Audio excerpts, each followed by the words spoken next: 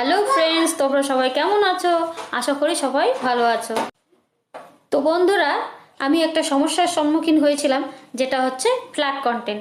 তোমরা যাতে ফ্ল্যাগ কন্টেন্টের সমস্যায় না পড়ো, তার জন্য আমি একটা ছোট্ট দেখে ভিডিও বানিয়েছি। তো তোমরা দেখো ফ্ল্যাগ কন্টেন্টে কী কী সমস্যা হতে পারে। প্রথমত, আমাদের আইডিটাতে অনেক সমস্যা হতে পারে। আর যারা মনিটাইজেশন পেয়েছো, ফেসবুক থেকে আর্নিং করছো, তাদের জন্য তো সমস্যা আছেই।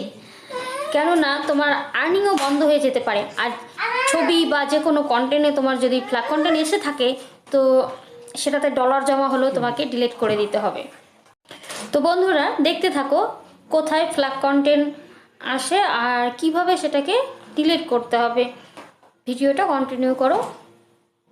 বন্ধুরা, তোমাদের ফ্ল্যাগ কন্টেন্টের উপর যতই বেশি ভিউয়ার্স আসুক না কেন, তোমাদের ডিলিট করতেই হবে, নাহলে ভিউয়ার্স ডাউন মেরে দিবে আর নতুন নতুন বন্ধুদের কাছে তোমাদের ভিডিও পৌঁছাবে না। তো দেখো বন্ধুরা, আমি ফেসবুকে চলে এলাম। ফেসবুকে চলে আসার পরে নিচে প্রোফাইল পিকচারে ওকে করে 3 লাইনে ওকে করলাম। এবার দেখো প্রোফাইল স্ট্যাটাসে ওকে করে, এবার রেকমেন্ডেশনে ওকে করার পর রিভিউ কন্টেন্ট আসবে, সেখানে তোমাদের ওকে করতে হবে।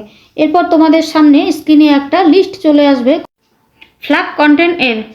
ছবি, ভিডিও বা রিলস যে কোনো কন্টেন্ট থাকতে পারে। তার নিচের দিকে ট্যাব অপশন দেওয়া থাকবে, সেখানে টাচ করলেই ডিলিট অপশন দেখতে পাবে। এবার সেখানে ডিলিট অপশনে ওকে করলেই ফ্ল্যাগ কন্টেন্ট ডিলিট হয়ে যাবে।